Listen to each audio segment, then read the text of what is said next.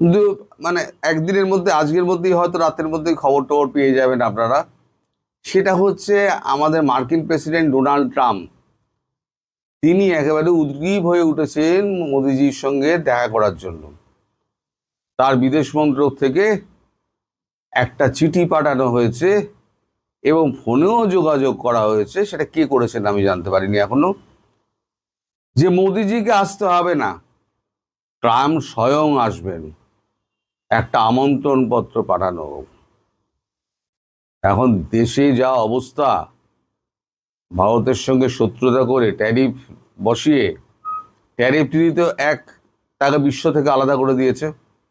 ভারতের সঙ্গে শত্রুতা করে যে মালপত্র বন্ধ হয়ে গেছে, ওষুধ বন্ধ হয়ে গেছে, তার দেশের জনতা কেঁপে গেছে। আমদানির যে উত্থান, তাতে পরিষ্কার বোঝা যাচ্ছে যে ডেমোক্র্যাটরা একেবারে ঘুরে দাঁড়িয়ে সমস্ত ট্রাম্পের বিরুদ্ধে মানুষের জনমত ডেমোক্র্যাটদের ওখানে গিয়ে পড়ছে। কে হিন্দু কে মুসলিম সেদিকে আমি যাব না। হিন্দু জিদ্দ না মুসলিম, যেহেতু তো জন্ম থেকেই আমেরিকার তিনি অধিবাসী। এই এক এক করে সব যে সরে যাচ্ছে না ট্রাম্পের পাশ থেকে, তার উপরে সুপ্রিম কোর্টে যে মামলাটা চলছে ট্যারিফ নিয়ে, তাতে সমস্ত তীরগুলো কিন্তু শুনানিতে ট্রাম্পের দিকেই আসছে। ফলে ট্রাম্প খুব একটা সুস্থির অবস্থায় নেই। এই ট্যারিফ নিয়ে আদালত সুপ্রিম কোর্টের রায়ের আগে যাতে ভারতের সঙ্গে সম্পর্কটা একটু সহজ করা যায়, মেটানো যায়, তার জন্য ট্রাম্পের এত ছটফটানি। মোদিজি কেন কিছু বলছেন না, মোদিজি কেন যোগাযোগ করছেন না, মোদিজি কেন ফোন তুলছেন না। আমি বলেছিলাম না, এখন ট্রুথ সোশ্যালে এখন তার লেখা টেখাগুলো অনেক কমে গেছে। এখন ভারত বিরোধিতা এখন তো অনেক কমে গেছে।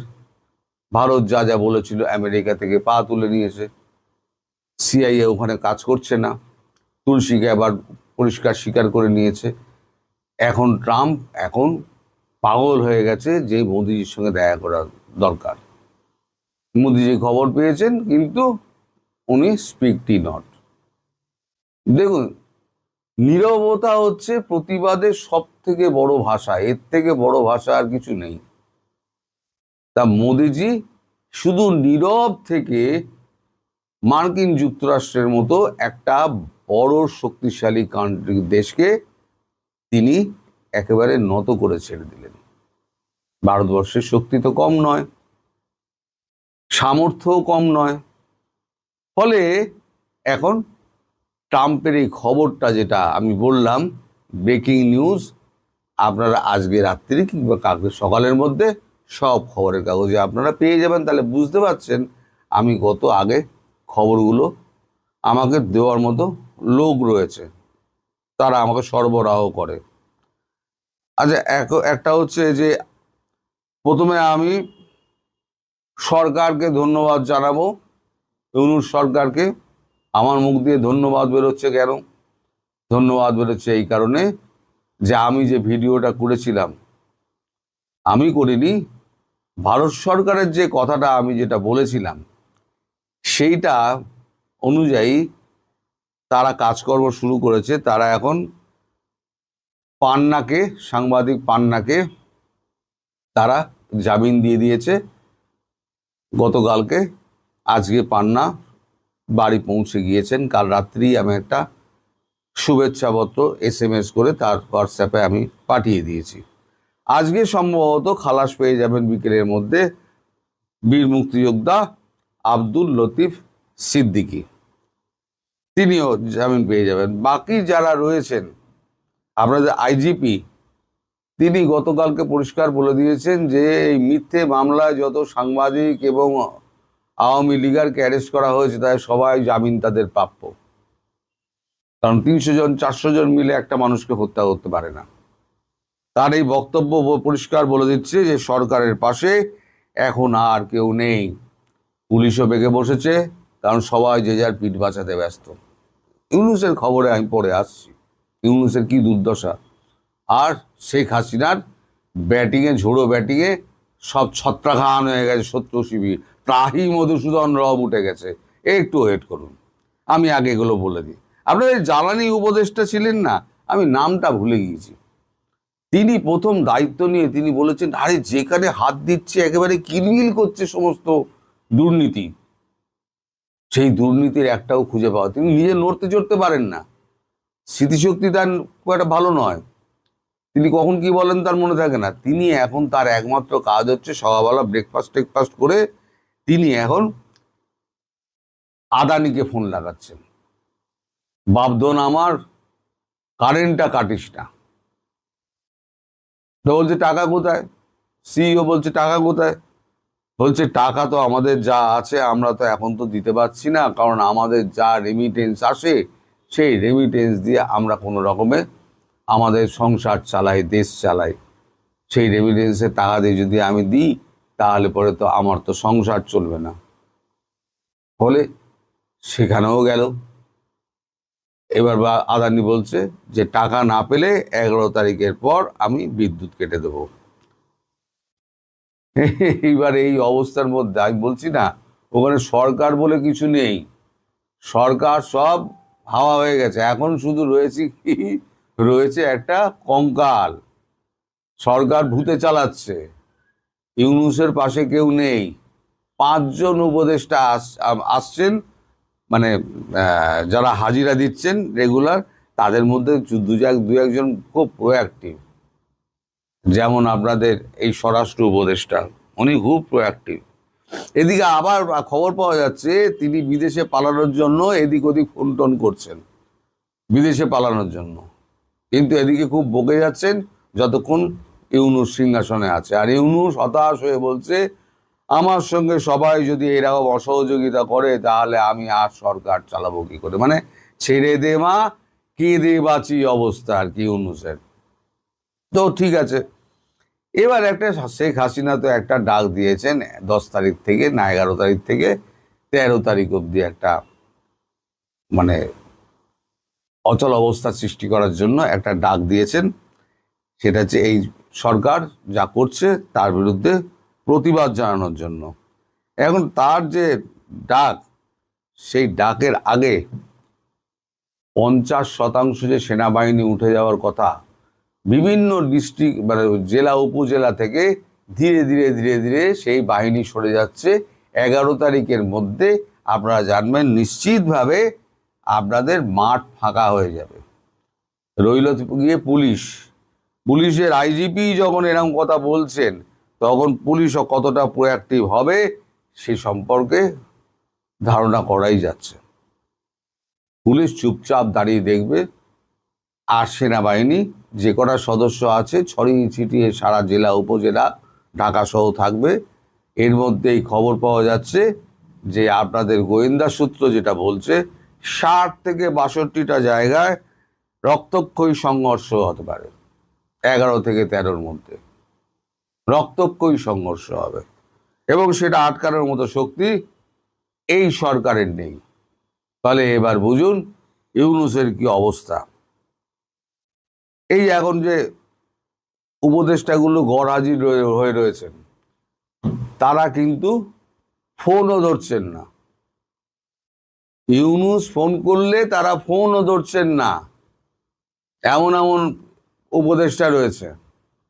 আমি এখানে বলে সব খবর পাই, খবর দেওয়ার লোক কিন্তু উপদেষ্টা মণ্ডলীর মধ্যেও আমার রয়েছে, তারাও কিন্তু আমাকে খবরটা দিয়ে দেয় যে কে কে যাচ্ছে, কে কে থাকছে, কার কার বাইরে বাইরে এখন যোগাযোগ হচ্ছে, যে এখন উপদেষ্টা হিসেবে উপস্থিত হচ্ছে। যেমন আপনারা জাহাঙ্গীর আলম চৌধুরী যেমন উপদেষ্টা হিসেবে উপস্থিত হচ্ছে, বড় বড় লম্বা চওড়া কথা বলছে, কিন্তু আবার বাইরেও আবার একটা মানে লগি ফেলে রেখে দিয়েছে, যদি বিয়ে বুয়ে যাওয়া যায়। হ্যাঁ, শেখ হাসিনা কি করছেন সেটাই শোনার জন্য তো আপনারা ব্যগ্র। শেখ হাসিনা তিনি টাইম ম্যাগাজিনেও একটা দিয়ে দিয়েছেন, মানে কি বলে ইন্টারভিউ দিয়ে দিয়েছেন। সেখানে তিনি মানে যা বলেছেন যে আন্তর্জাতিক বিশ্ব এবং আন্তর্জাতিক মহল আমাকে যেভাবে সাপোর্ট করেছে, যেভাবে আমার পাশে দাঁড়িয়েছে, তাতে আমি কৃতজ্ঞতায় আমি ভরপুর, এই ঋণ অপরিশোধ্য, আমি এই ঋণ শোধ করতে পারবো না। ভারতবর্ষের নাম কিন্তু উনি ডিরেক্টলি বলেননি, কূটনীতিক তো বলে ভারতবর্ষ যদি বলেন তাহলে পরে আবার ভারতবর্ষের একটা অন্যরকম বিরোধী দল ফল রয়েছে, তারা আবার চেপে ধরতে পারে ওই তো আপনার বোন, তারা তারা আপনার নামে এই সমস্ত বলছে, তার মানে আপনি কি কি সুবিধা দিয়েছেন এবার বলুন, তখন তাহলে মুশকিল হবে। ফলে উনিও সন্তর্পণে ভারতবর্ষের নামটা, মোদিজির নামটা এড়িয়ে গিয়েছেন। আমরা কি বললাম না বললাম তাই তো আর বিরোধীরা তো আর এটা নিয়ে গিয়ে আর বলতে পারবে না। আমি তো একজন সামান্য ইউটিউবে একটা কথা বলছি, এটা তো আর ধর্তব্যের মনে ধরবে না। মানে এটা স্পিকার তো মানে লোকসভা বা রাজ্যসভার স্পিকার তো এটা তো অ্যালাউই করবে না। তো যাই হোক, আমি আমার কথা বলে যাচ্ছি। এবার আমি যে কথাগুলো বলি না, এগুলো একদম সরকারের কথা বলি, সরকারের ভেতর দিয়ে খবর পেয়ে আমি একেবারে ঘোড়ার মুখের খবরগুলো আপনাদেরকে দিই, সেগুলো পরে হয়তো প্রতিফলিত হয়। এই যে ৬২ কিলোমিটার, আমি তো বলেছিলাম ৫২, পরে শুনলাম ৬২ কিলোমিটার। আমরা যদি বাজে কথা বলে থাকি, গুজব রটিয়ে থাকি, তাহলে আপনাদের সরকার খণ্ডন করছে না কেন? কেন খণ্ডন করছে না? সাংবাদিক বৈঠকের আগে কেন বলে দেওয়া হচ্ছে যে এই সংক্রান্ত কোনো প্রশ্ন করবে না? কেন বলে দেওয়া হচ্ছে? আসলে নিজের দেশের জনগণকে ভয় পাচ্ছেন তারা। আপনারা কি মনে করেন শেখ হাসিনা জানেন না ৬২ কিলোমিটার জায়গা নিয়ে নেওয়া হয়েছে? তার সঙ্গে আলাপ আলোচনা করেই নেওয়া হয়েছে যে ঠিক আছে ২২ কিলোমিটার রয়েছে, আর কিছুটা জায়গা নিয়ে আপনারা চওড়া করে নিন লেনটা, আর ওখানে সিকিওর করে দিন বর্ডার। তিনি সবই জানেন, কারণ তিনি প্রধানমন্ত্রী। তার সঙ্গে আলোচনা না করে কখনো ভারত সরকার করে? আপনাদেরকে বিবেচনায় কি বলে? এখন এই শেখ হাসিনাকে সামলাবেন কি করে? ইউনুসের এখন হাত পা কাটা শব্দ হয়ে গিয়েছে, তার তো এখন বুক ধরপর ধরপর ধরপর ধরপর করছে। এখন দিনে রাতে নাকি তার একজন ডাক্তার আছে, সে নাকি দিনে রাতে দুবার করে আসছেন। আর তার আগে যা ওই লাগতো আপনার ওই বিশেষ বিশেষ কাপড় যেগুলো লাগতো উনি ভেতরে পড়তেন, সেই বিশেষ কাপড়ের সংখ্যা এখন ৩ গুণ হয়ে গিয়েছে। মানে ঘন্টায় ঘন্টায় ওনার সমস্ত ভিজে ভিজে যাচ্ছে আর কি, মানে কখন কি হয়ে যায় এর মধ্যে একটা আতঙ্কের মধ্যে রয়েছে। তারপর আপনাদের এই তো গুজববাজ একটা আমাদের এখানেও কিছু আছে ডিপ স্টেটের অংশ, তারাও একটা কাগজ লিখে দিয়েছে রাষ্ট্রপতিকে নাকি সরানো হচ্ছে। কোনো রাষ্ট্রপতিকে সরানোর কোনো চক্রান্ত বক্রান্ত হচ্ছে না, সম্পূর্ণ বাজে খবর। আপনারা এটা মনে করবেন না আমি যা বলিস তার সব গুজব, আর কাগজে যা বেরোয় সব হচ্ছে সত্যি। আপনাদের কাগজে যা বেরোয় সব কি সত্যি? কিছু কথা বসিয়ে দেওয়া হয় কাগজের মুখে, যেখানে সাংবাদিকের কিছু করার থাকে না। আবার অনেক সময় সাংবাদিক নিজে থেকে এগুলো করে থাকে পারপাসফুলি। তারাই হচ্ছে ডিপ স্টেটের অংশ। এই যে আমি খবর করেছিলাম না ৫টা সাংবাদিক আমাদের বিদেশ চলে গিয়েছে, তাদের কোনো হদিশ পাওয়া যাচ্ছে না, তারা এখন দেশে ফিরতে ভয় পাচ্ছে। ভয় পাচ্ছে এই কারণে যে দেশে ফিরলে এখন এনআইএ তাদেরকে ধরবে যে তোমরা এই মাইনে পেতে আর ইউটিউব চালিয়ে তোমরা এই রোজগার করো, তাহলে এই যে ১.৫ মাস তোমরা যে এই যে সব নিউ ইয়র্ক আর ওয়াশিংটন ডিসি দৌড়ে বেড়াচ্ছ, এত পয়সা হোটেলে থেকে গাড়ি ভাড়া খরচা করে তেল খরচা করে তোমরা পেলে কোথায়? হিসেব দাও। এই হিসেব যে দিতে হবে না, এই খবরটা তারা পেয়ে গেছেন বলে তারা আর এখন দেশে ফিরছেন না। সরি। এখন আমাদের যে ভারতীয় বাংলাদেশের বাংলা ভাষার কিছু সাংবাদিক আছে, তারাও কিন্তু ডিপ স্টেটের অংশ। আমি নাম বলতে চাই না, কাগজেরও নাম বলতে চাই না, আমি তাদেরকে খুব ভালো করে চিনি। তারা আপনাদের চ্যানেলে ২-১ জন যান, ২-১ জন গিয়ে হাসিনা বিরোধী কথাবার্তাও বলেন, আবার আপনাদের ডিমোরালাইজ করার জন্য কিছু কথাবার্তা বলেন। অনেকে আমায় বলেন যে আপনার রাজ্যে এই অবস্থা, আপনি বাংলাদেশের হয়ে বলে যাচ্ছেন। আরে আমার রাজ্যের জন্য বলার জন্য, আমার দেশের বলার জন্য প্রচুর লোক রয়েছে, কিন্তু আওয়ামী লীগের নির্যাতিত নেতা কর্মী আর যত নিরাপরাধ লোকগুলো রয়েছে যাদেরকে জেলে ভরে রেখে দিচ্ছে, তাদের কথা বলার জন্য কেউ নেই।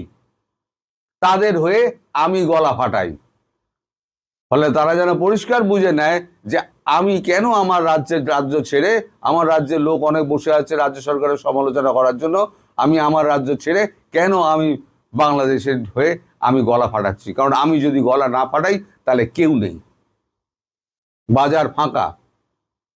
2024 সালে 5ই আগস্ট আমি যখন শুরু করেছিলাম তখন কেউ ছিল না, কেউ ছিল না বাজারে। তারপর আমার দেখা দেখি 3-4 মাস বাইরে থেকে সব আসতে আরম্ভ করলো। এই তো হচ্ছে বিষয়। তবে শেখ হাসিনা শেষ মুহূর্তে একেবারে চালিয়ে খেলছেন। এবার তিনি ভিডিওতে আসবেন, এই খবরটা আপনাদের আমি আগাম দিয়ে দিচ্ছি। এতদিন তিনি অনেকে রটাচ্ছে না, তার মুখ বেঁকে গিয়েছে, তিনি কথা বলতে পারেন না, ওই জন্য তিনি এআই দিয়ে সমস্ত এআই ভার্সনে সমস্ত ইন্টারভিউগুলো দেন, লিখিত ইন্টারভিউ দেন রয়টার্সকে। এবার তিনি সেটা ওই মিথ্যেটা ভাঙার জন্য তিনি এবার ভিডিওতে আসবেন, আর সেটা ভারতবর্ষের পরামর্শে। কিন্তু উনি বলছেন যে 13 তারিখটা যাক, আমি দেখি আমার দেশের জনগণ কতটা সপ্রতিভ অবস্থায় রাস্তায় নেমে তারা প্রতিরোধ করতে পারে। কারণ ইউনূসের সাধ্য নেই এই জনতাকে আটকানো। এবং আপনারাও শুনে রাখুন, এই জনতাকে মানে আটকানোর জন্য আপনাদের মিছিল, আমরা যদি কয়েক লক্ষ লোক হয়, সেই মিছিলকে আটকানোর জন্য কেউ পথে কাউকে দেখতে পাবেন না। কোনো এই সরকারের লোক, এনসিপির লোককে আপনারা দেখতে পাবেন না, কোনো পুলিশকে দেখতে পাবেন না, কোনো সেনাবাহিনীকে দেখতে পারবেন না, কোনো গুলিও চলবে না। আমি গ্যারান্টি দিলাম, কোনো গুলি চলবে না। মাফ করবেন, আমি এই গ্যারান্টিটাও আপনারা দিচ্ছি, কোনো গুলি চলবে না। পুলিশ নিষ্ক্রিয় থাকবে, সেনাবাহিনী পাশে দাঁড়িয়ে থাকবে। এখন তো সেনাবাহিনী অর্ধেক নেই, 30,000 থেকে যদি 15,000 উঠে যায়, আর 15,000 স্ক্যাটার্ড ওয়েটে, তা আপনার কি থাকলো? কি 2-4টে সেনাবাহিনী তো মনে দাঁড়িয়ে থাকবে। তো ওই লাখো লাখো জনতার ভিড় যখন এগিয়ে আসবে, তখন তারা এগিয়ে যাবে। পুলিশের ভেতরেও একটা রাগ রয়েছে, যে রাগটা পুলিশ বিস্ফোরিত হওয়ার অপেক্ষায় রয়েছে। ইউনূস বসে আছে একটা অগ্নিস্তূপের ওপরে। আমি আগেও বলেছি, যে কোনো মুহূর্তে লাভা বিস্ফোরণ হবে এবং ইউনূস সেই লাভায় ভস্মীভূত হবে। ইউনূসের শেষ কিন্তু খুব করুণ হবে। আমি আগেও বলেছি আপনাদের, এখনো বলছি, ইউনূসের কিন্তু শেষ পরিণতি অত্যন্ত করুণ হবে। আপনারা অপেক্ষা করুন, দেখতে থাকুন। সগোবরে শেখ জনাব আনিস আলমগীর, আমি প্রথমে আপনাকে এই সাংবাদিক মঞ্জুর আলম পান্না এবং লতিফ সিদ্দিকী, আপনি শুনেছেন কালকে তাদের উচ্চ আদালতে জামিন হয়েছে, এবং তার পরপরই শুনলাম সরকার পক্ষ নাকি জামিনের ব্যাপারে আপত্তি দিতে চাচ্ছে। তো এই যে বিষয়টা, এটা নিয়ে আপনার অভিমত শুনতে চাই। আমি মনে করি যে এটা সম্পূর্ণ অন্যায় এবং এক ধরনের কি বলবো অবিচার, যে কোনো কারণ ছাড়া, কোনো রিজন ওই ধরনের তারা দেখাতে পারে নাই, তাকে যে মামলায় ধরে রাখছে সন্ত্রাস এবং হাবিজাবি অভিযোগ দিয়ে, সেটার এখনো কোনো কিছু মানে তারা প্রমাণ দিতে পারে নাই। তাই কি মামলা চলুক, আপনি একজনকে ধরেছেন, সে মামলা চলবে, সে প্রমাণ করুক। কিন্তু তা না করে নিম্ন আদালতও তার জামিন খারিজ করছে। উচ্চ আদালতে এসে যদি জামিন পাওয়ার মানুষ মানে আশাবাদী হয় যে উচ্চ আদালত হয়তো কিছু দেবে, কারণ সরকারের ইশারায় নিম্ন আদালত গুলো চলে, হয়তো উচ্চ আদালত চলে না। এখন উচ্চ আদালতও যদি একই ভূমিকায় নেয় এবং পান্না এবং লতিফ সিদ্দিকীর এর বেলায় তারা চেম্বার জজের কাছে গিয়ে আপনার আবেদন করে, তার মানে বুঝতে হবে যে তারা কোনো মানে নটোরিয়াস কোনো সন্ত্রাসী বাংলাদেশের বোধহয় তাদেরকে ধরা হয়েছে, এই জন্য তাদেরকে এইভাবে মানে আইনের ফাঁক গলে তারা কিভাবে বের হয়ে যাচ্ছে এটা আটকাতে হবে। সাধারণত চেম্বার জজের কাছে যে দৌড়াদৌড়ি করে এই সমস্ত বিষয়গুলো নিয়ে। আর আমরা দেখলাম 5 আগস্টের পর থেকে দেশে চিহ্নিত সন্ত্রাসী, জঙ্গি যে যেখানে যেভাবে পারছে, একটাও আর জেলে নাই, সব বেরিয়ে গেছে। আর একজন সাংবাদিক আর একজন রাজনীতিবিদ যাদের বিরুদ্ধে স্পেসিফিক কোনো আপনি অভিযোগ এখনো আনতেই পারেন নাই, তাদেরকে একটা আইন মানে অবৈধ ইয়ে দিয়ে আম, মামলা দিয়ে, মানে অন্যায় মিথ্যা মামলা, অবৈধ না মিথ্যা মামলা দিয়ে আপনি আটকে রেখেছেন। তো এটা তো মানবতার লঙ্ঘন। এবং সরকার যে বলে বাক স্বাধীনতা যে কথা বলে, সেগুলো যে একটা বুলি, সেটার আরেকটা প্রমাণ। তারা একটা অনুষ্ঠান করতে গিয়েছিল, সেই অনুষ্ঠানে তো বক্তব্যই দিতে পারে নাই। যে অনুষ্ঠানে তারা উপস্থিত ছিল কিন্তু বক্তৃতাই দিতে পারে নাই, তার আগে এটা পণ্ড হয়ে গেছে। তো কি অপরাধে তাদেরকে জেলে রাখা হবে? আমি মনে করি যে এটা এটা কি বলে অন্যায়, এরকম অন্যায় মানে। এবং আপনি দেখেন, আমি একটু বলি, তারা কিন্তু সেই অনুষ্ঠানের আয়োজক না, তারা সেখানে আমন্ত্রিত, না, আমন্ত্রিত রাইট। অতিথি হিসেবে গেছে। এবং অনেকে গেছেন ওটা, দর্শক হিসেবে। সেখান থেকে তাদেরকে হ্যাঁ, ধরতে হবে কেন? সেটাই কথা। আমাকে একজন অনুষ্ঠানে একটা আমন্ত্রণ জানালো, আমি গেলাম, আমি অপরাধী হয়ে গেলাম? আমি আপনাকে আগেও বলেছি, আপনি আমাদের আরো অনেককে ওই অনুষ্ঠানে দাওয়াত দেওয়া হয়েছিল। আমার ব্যক্তিগত কারণে আমি যেতে পারি নাই। এবং আমি সকালবেলা আরো সত্য কথা হচ্ছে, খুব এত ভোরে ও কোনো অনুষ্ঠানে যেতেও আমার ভালো লাগে না। তাছাড়া আমার নীতিগত সিদ্ধান্ত আছে, আমি অ্যাক্টিভিজমে বিশ্বাসও করি না। তো এখন যে যেভাবে বিশ্বাস করে সে সেভাবে যাবে। এটাতে এটা তো অন্যের কেন আপত্তি হবে? এবং সে আপত্তি করে যদি কিছু বলে থাকতো তাহলে একটা কথা ছিল। আর ওই সংগঠনটা কি বাংলাদেশের নিষিদ্ধ কোনো সংগঠন নাকি, নাকি কোনো জঙ্গি সংগঠন যে যারা একটা অনুষ্ঠান আয়োজন করতে পারবে না? এবং এটা যদি হয়ে যায় যে বঙ্গবন্ধুর কথা বলা যাবে না, স্বাধীনতার পক্ষের কথা বলা যাবে না, মুক্তিযোদ্ধারা মিলিত হতে পারবে না, এটাও তাহলে একটা আইন করে দেওয়া হোক যে এই এই কাজগুলো আমাদের শাসন আমলে করতে পারবে না। তাহলে মানুষ সতর্ক থাকতে পারে, মানুষের এই ধরনের হেনস্থার শিকার হতে হয় না। আপনি দেখেন, এই গ্রেপ্তার নিয়ে কিন্তু এর মধ্যে আন্তর্জাতিক একাধিক সংগঠন কিন্তু বিবৃতি দিয়েছে এবং তারা এর সমালোচনা করেছে। তো আমি যদি সরকারের পক্ষ থেকে ভাবি যে এই গ্রেপ্তারের মাধ্যমে সরকারের এক নম্বর কথা হলো লাভটা কি হচ্ছে, দুই নম্বর হলো আন্তর্জাতিক ভাবে তার যে ইমেজটা ক্ষতিগ্রস্ত হচ্ছে, এটাও কি সরকার উপলব্ধি করতে পারছে না?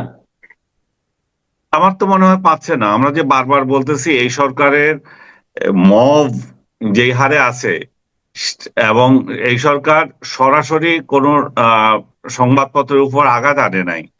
যেগুলো অন্যান্য প্যারাসাইট যেগুলো আছে ওরাই আক্রমণ করছে। সরকার এই জায়গায় প্রশংসা পাওয়ার যোগ্য, কিন্তু আবার নিন্দা পাওয়ার যোগ্য যে সরকার এটা প্রতিরোধও করছে না। সরকারকে সরাসরি মানুষ দায়ীও করতে পারছে না যে আপনি এটা করছেন, কিন্তু এটা তো সরাসরি সরকার করছে, এটা তো অন্য কোনো অর্গানাইজেশন করছে না। সরকার অন্যান্য খাতে যেটা করছে সাংবাদিকদের জন্য, সেটাও সরকার বলবে যে আমি সরাসরি করছি না, আমার তো ইয়ে নাই। এখন এখানে কি বলবে? এখানে তো সরাসরি তারা সাংবাদিকদের কণ্ঠরোধ করছে, মত প্রকাশের স্বাধীনতা হস্তক্ষেপ করছে, মুক্তিযোদ্ধাদের সমাবেশ নিষিদ্ধ করে রেখেছে। তো এই ধরনের মানে নিষিদ্ধ করে রেখেছে মানে তাদের কার্যক্রমে বোঝা যায় আর কি। নিষিদ্ধ তো করে নাই, যেটা আমি আগে বলছিলাম। যদি সেটা করতো, সরাসরি বলতো, তাহলে মানুষ যেত না। মানুষ তো আইন মানতে বাধ্য, সরকারে যদি আইন করে দেয়।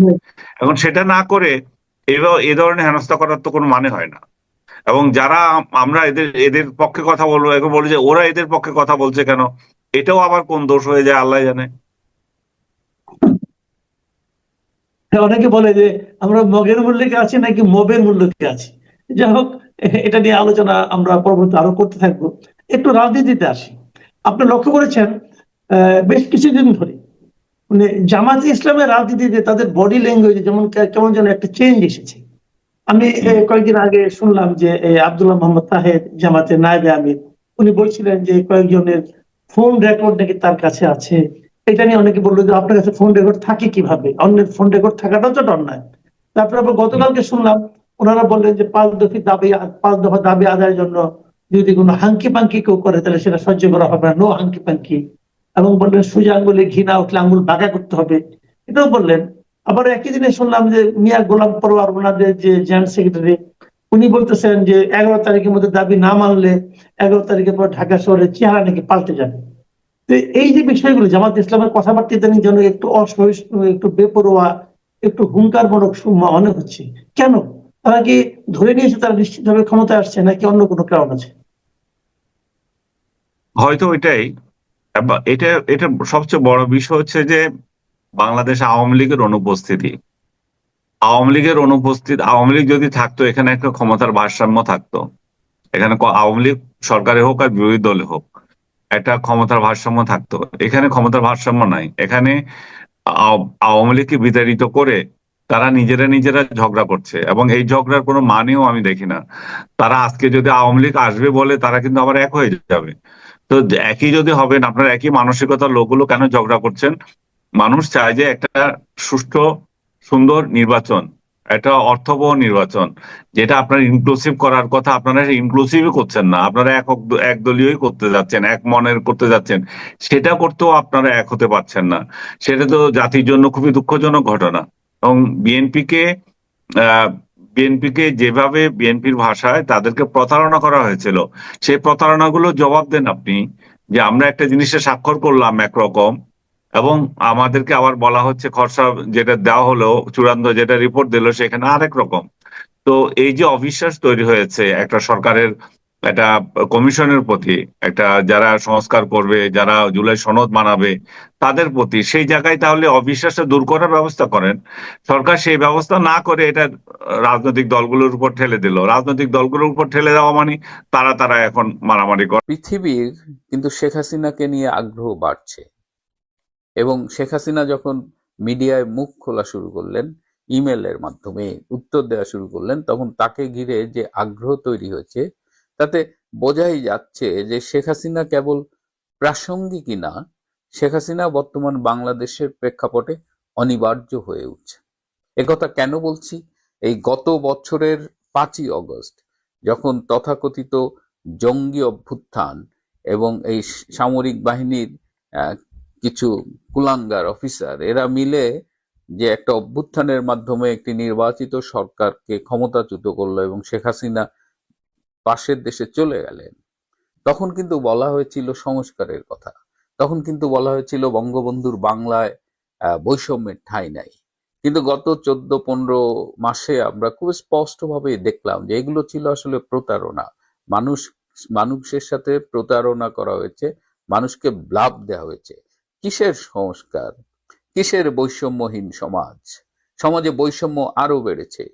সমাজে বাংলাদেশ যে একটি উন্নয়ন যাত্রা শুরু করেছিল, বাংলাদেশে যে সকল স্তরের মানুষ একটু ভালো থাকতে শুরু করেছিল, তাদের কোয়ালিটি অফ লাইফ ভালো ছিল, আমাদের যে দিনমজুর বা দরিদ্র শ্রেণী, তারা একটু বেটার লাইফ লিড করছিল, কিন্তু এখন তো সব শেষ। আমাদের ব্যবসা বাণিজ্য ঝুঁকির মুখে পড়েছে, আইন শৃঙ্খলা পরিস্থিতি তো নাই, মব ভায়োলেন্স চালু হয়েছে, আদালতে মানে বিচার পাওয়া মানে এটা কপালের ব্যাপার।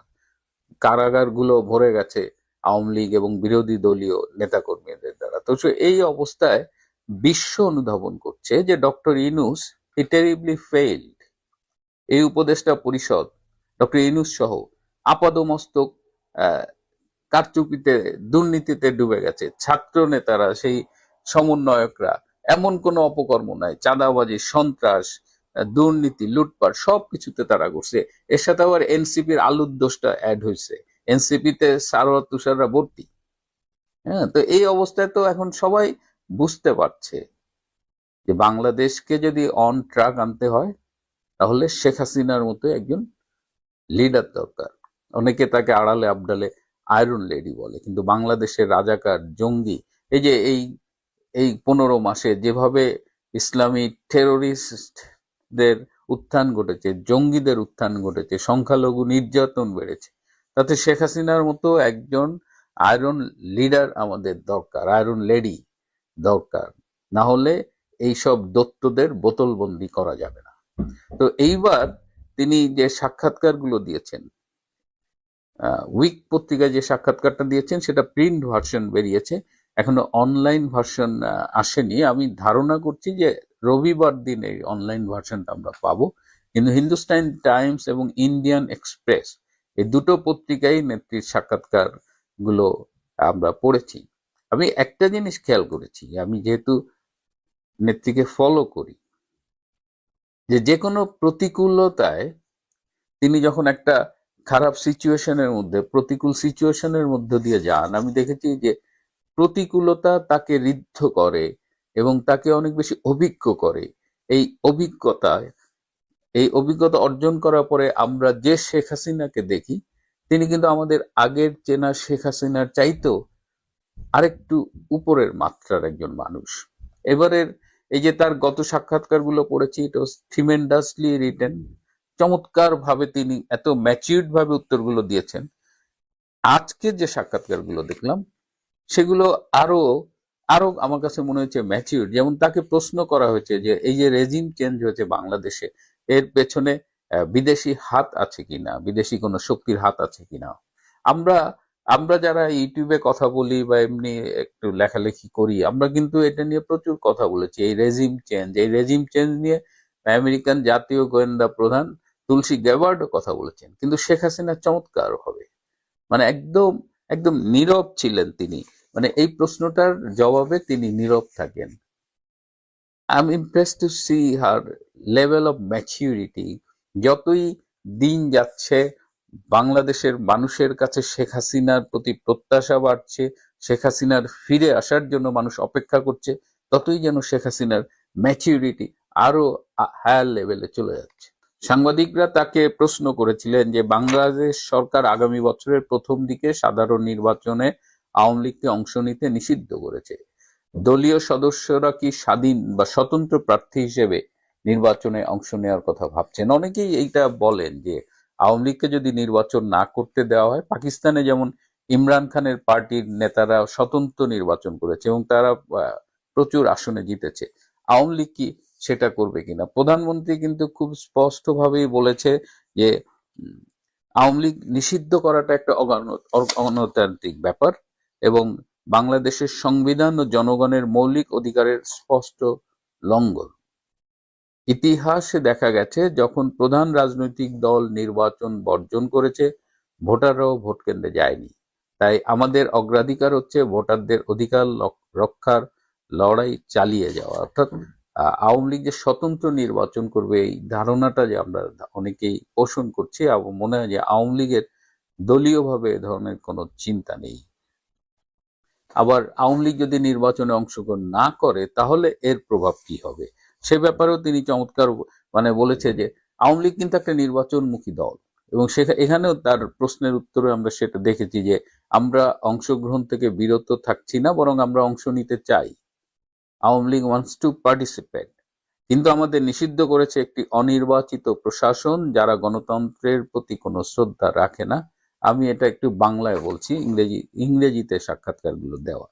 বাংলাদেশের প্রয়োজন একটি স্বাধীন, নিরপেক্ষ ও অন্তর্ভুক্তিমূলক নির্বাচন, একটা ইনক্লুসিভ ফ্রি ফেয়ার ইলেকশন, যাতে দেশটির পুনর্মিলনের পথে যেতে পারে। এই জায়গাটা আমার কাছে খুব ইম্পর্টেন্ট মনে হচ্ছে যে শেখ হাসিনা একটা রিকনসিলিয়েশনের কথা বলেছেন। এটা আমরা সাউথ আফ্রিকায় দেখেছিলাম যখন নেলসন ম্যান্ডেলা জেল থেকে বেরোলো, তার আগে সেখানে সাদা মানুষের দুঃশাসন ছিল বলে আমরা জানি।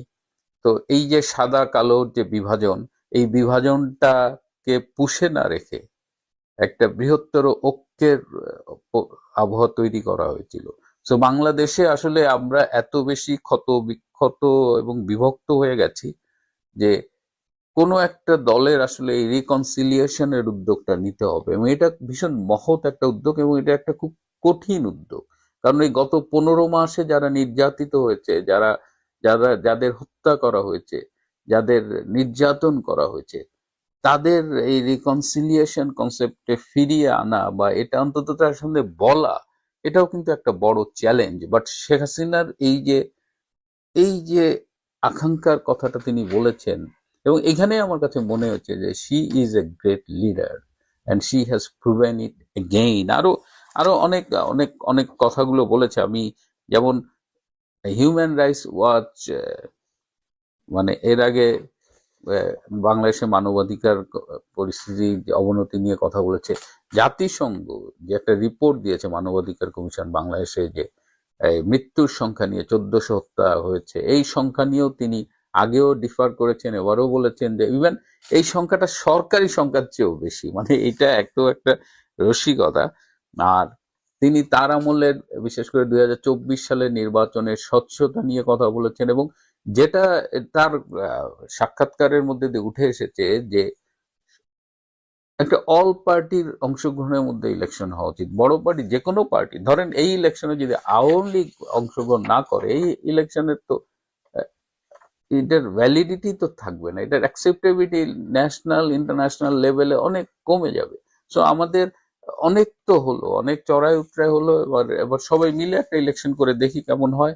একটা খুব ইন্টারেস্টিং বিষয়ে তিনি কথা বলেছেন, এইটা আমার কাছে মনে হচ্ছে যে we need to talk about this, যে ডক্টর ইউনূসের একটা কমিশন বলেছিল যে, এবং সেটাকে রেফার করে ফিনান্সিয়াল টাইমস, হ্যাঁ, তারা একটা প্রতিবেদন করেছিল, বলেছিল যে শেখ হাসিনা সরকার 15 বছরে 234 বিলিয়ন ডলার বিদেশে পাচার করেছে। তার মানে প্রতি বছর প্রায় 16 বিলিয়ন ডলার করে পাচার করেছে। শেখ হাসিনা এটার উত্তর দিছে যে এই এই পরিমাণ অর্থ বাংলাদেশের পুরো বাজেটের চেয়েও প্রায়, মানে বাংলাদেশের বাজেটের যে সাইজ, সেই তুলনায় এটা তো হিউজ সাইজ, এবং এই পরিমাণ টাকা যদি পাচার হয়ে থাকে তাহলে তো মানে বাংলাদেশের অর্থনীতি ভেঙে পড়ার কথা।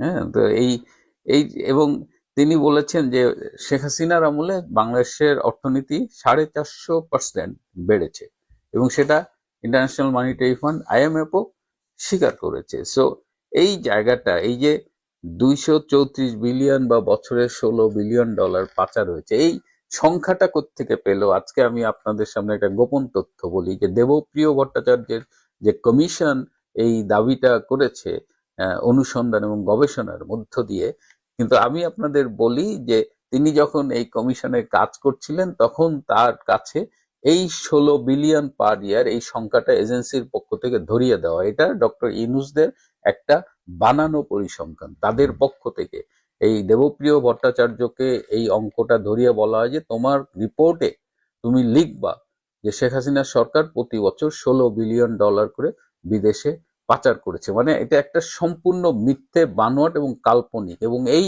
ইতিহাসটা আমি খুবই নির্ভরযোগ্য সূত্র থেকে জেনেছি।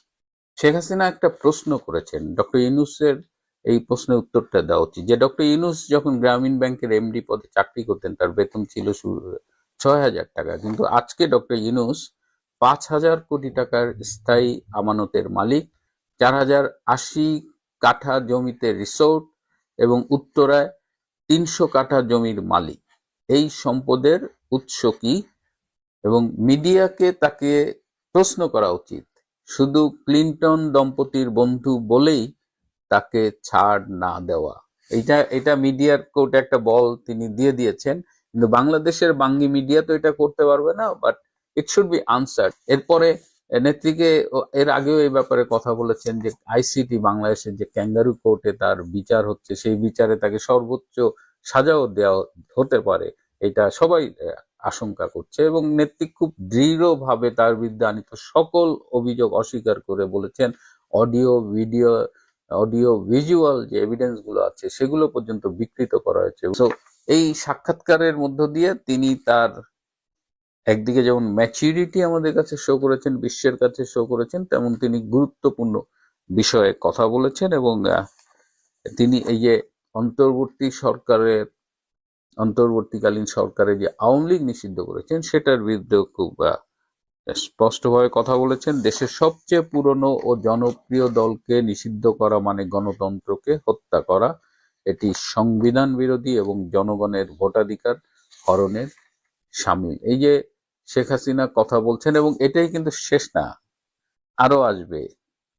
এখন সারা পৃথিবীর গুরুত্বপূর্ণ মিডিয়াগুলো একদম মানে শেখ হাসিনার সাক্ষাৎকার নেওয়ার জন্য একদম তৎপর হয়ে গেছে। আমি জানি যে আরো বেশ কিছু মিডিয়ার পক্ষ থেকে তার সাথে যোগাযোগ করা হচ্ছে। আগে একটা ব্রেকিং নিউজ দিয়ে শুরু করি। গণতান্ত্রিক প্রক্রিয়ার যে ট্রানজিশন, এই ট্রানজিশনাল ফেজটা শেষ হবে, জনগণের প্রতিনিধিত্বশীল সরকার প্রতিষ্ঠিত হবে। আমরা সবাই সেটা চাই। বাংলাদেশের রাজনীতির জন্যে, অর্থনীতির জন্যে, বিনিয়োগের জন্যে, সামাজিক স্থিতিশীলতার জন্যে সেটা অত্যন্ত জরুরি। কিন্তু প্রশ্ন, আমাদের সেই স্বপ্ন কি পূরিত হবে? ট্রেন কি ঠিকঠাক মতো গন্তব্যে পৌঁছবে? টানেলের শেষ প্রান্তে কি আলোটা দেখা যাচ্ছে? নানা রকমের প্রশ্ন। নির্বাচনটা শেষ পর্যন্ত আদৌ হবে তো? কি হতে পারে আগামী দিনে? আমরা যদি দেখি যে জামায়াত ইসলামী তারা তাদের দাবিতে অনড়, তারা নানা কর্মসূচি পালন করছে সারা দেশব্যাপী, তারা তাদের মিত্রশক্তির বলয়টাকে বৃদ্ধি করবার চেষ্টা করছে, শক্তিশালী করবার চেষ্টা করছে, এমনকি নির্বাচনী জোট গড়বার জন্যও তারা যথেষ্ট পরিমাণে ঔদার্য প্রদর্শন করবে সেই রকম বার্তা বিভিন্ন রাজনৈতিক দলকে দেবার চেষ্টা করছে। তাদের চাওয়া জুলাই সনদ বাস্তবায়নের আদেশ দিতে হবে দ্রুততার সঙ্গে। এনসিপিও সেটা চায়। তারা চায় গণভোটটা আগে হতে হবে, নভেম্বরে কিংবা ডিসেম্বরে, তারপরে ফেব্রুয়ারিতে নির্বাচন। একটু পিছিয়ে গেল তাদের কোনো সমস্যা নেই। করিডোরে কথা উঠতে শুরু করেছে, শোনা যায় নির্বাচনটা এপ্রিলও চলে যেতে পারে। এবং জামায়াত ইসলামী এই জায়গায় অনড়। জামাতের সঙ্গে যারা যুক্ত হচ্ছেন সেই শক্তি ভোটের বিচারে কি করতে পারবেন, অবশ্যই একটা নিরপেক্ষ ভালো ভোটে কি করতে পারবেন সেটা নিয়ে যথেষ্ট সংশয় আছে। ভোটের রেকর্ড বুক গত 53-54 বছরের তাদের পক্ষে খুব একটা যুক্তি দাঁড় করায় না, যদি আমরা সেই রেকর্ড বুক দেখি। কিন্তু একটা ম্যানিপুলেটেড, ইঞ্জিনিয়ার্ড, রিগড ইলেকশনে, কনস্পিরেসির ইলেকশনে যে কোনো ফলাফল হতে পারে। যে কাউকে হারিয়ে দেওয়া সম্ভব, যে কাউকে জিতিয়ে দেওয়া সম্ভব, এবং তার বাইরে অনেক রকমের সংশয় আছে। ব্যালট বক্স ছিনতাই হয়ে যাবার, দিনের ভোট রাতে আগে হয়েছে, এখন দিনের ভোট আগের দিনেই হয়ে যাওয়া, বা সকাল 12টার মধ্যেই সব নিষ্পত্তি হয়ে যাওয়া, সারা দেশ সংঘাতময় হয়ে ওঠা, নানা রকমের সংশয় আছে। কিছু কিছু আলামতও তার দেখা যাচ্ছে।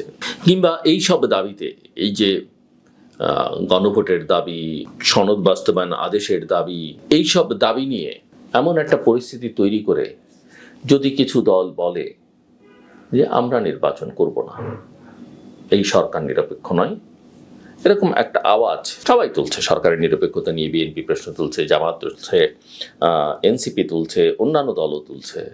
যদিও আমরা সবাই জানি যে এই সরকার কাদেরকে পছন্দ করে, কারা সরকারকে পছন্দ করে, কাদের সঙ্গে সরকারের সংযোগ ভালো, সাধারণভাবে সবাই সেটা বুঝে। এবং এই সরকারকে আরও খানিকটা সময় দেবার জন্যে, সময় দিয়ে নিজেদের দলগুলোকে আরও শক্তিশালী বা গুছিয়ে নেবার চেষ্টা করবার জন্যে তারা যদি বলেন আমরা নির্বাচন করব না, আমরা এই নির্বাচন মানি না, বা জামাত যেটা বলছে নির্বাচনের পরিবেশ নেই, আইন শৃঙ্খলা রক্ষাকারী বাহিনী প্রস্তুত নয়, তাহলে সেই নির্বাচন কি হবে? এমনিতেই দেশের নিবন্ধিত প্রায় অর্ধেকেরও বেশি রাজনৈতিক দলকে বাইরে রেখে যে নির্বাচন, সেই নির্বাচন তো প্রশ্নবিদ্ধ হবেই। এরপরে এরাও যদি আবার নানা ড্রামার মধ্য দিয়ে নির্বাচন থেকে সরে দাঁড়ায়, প্রফেসর ইউনূসের সরকার কি নির্বাচন করতে পারবেন? বা বিএনপি কি একা সেই নির্বাচন চাই, এই নির্বাচন আমরাই করব, করে সেই নির্বাচনী যে ফলাফল সেটা নিজেদের ঘরে তুলতে পারবেন? সেটা কি সবার কাছে গ্রহণযোগ্য হবে? একদমই না। একটা নতুন সংকট তৈরি হবার আশঙ্কা তৈরি হচ্ছে। অন্যদিকে আরেকটা বিষয় অত্যন্ত আলোচনার দাবি রাখে। আমরা জানি যে বিএনপি 237 আসনে প্রার্থিতা ঘোষণা করেছে, 4-5টি স্থগিত ইতিমধ্যেই করেছে।